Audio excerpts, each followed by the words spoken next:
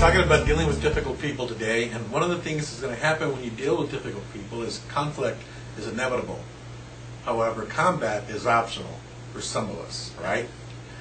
Sometimes. The main thing that we need to realize is that conflict is going to occur in the workplace, and how you handle that conflict, how you react to it, is going to determine your success, not just at that time in that conflict, but also overall within the organization. Because if you become known as someone who is either accommodating, who can collaborate, or someone who is compromising, or someone who avoids conflict completely.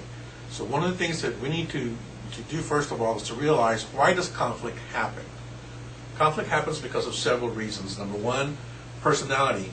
Sometimes we just don't click. I liken it to like being on a bad date. Remember those of you when you went on a date and how you just couldn't wait to get out of that particular situation? Well, that's what conflict does to certain people.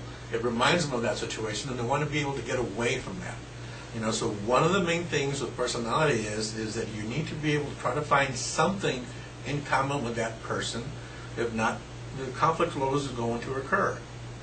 Another form of conflict that causes it to arise is scarcity of resources.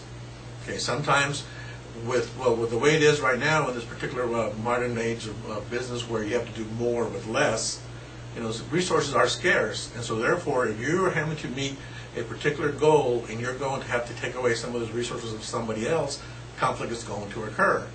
Likewise, when somebody else takes away some resources that are important to you, conflict is going to occur as well. Number three, values. Sometimes we have different values from other people, and part of that deals with the fact that we don't understand what they're trying to accomplish with that. Well, again, similar to personality, we need to be able to get to know them better to be able to come to a common understanding. And then finally, styles. Everybody has a different style. It's different from personality in the fact that personality is who you are, but with a style, you can change who you are in a particular setting. Myself, for example, people call me a chameleon sometimes, because I'm one way in a business setting, yet outside of the business world, I'm a little bit different. But when I'm also in a meeting, sometimes in that meeting situation, I'm different from the way I was in the daily 8 to 5 routine. So that's an example of how styles can change throughout the day.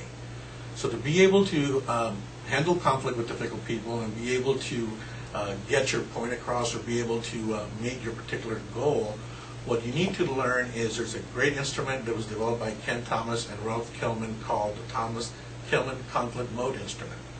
And one of the things that they researched and found out was that there are 5 different styles that people use when it comes to conflict. There's the accommodating style, there's the avoiding style, there's the collaborating, the competing, and the compromising.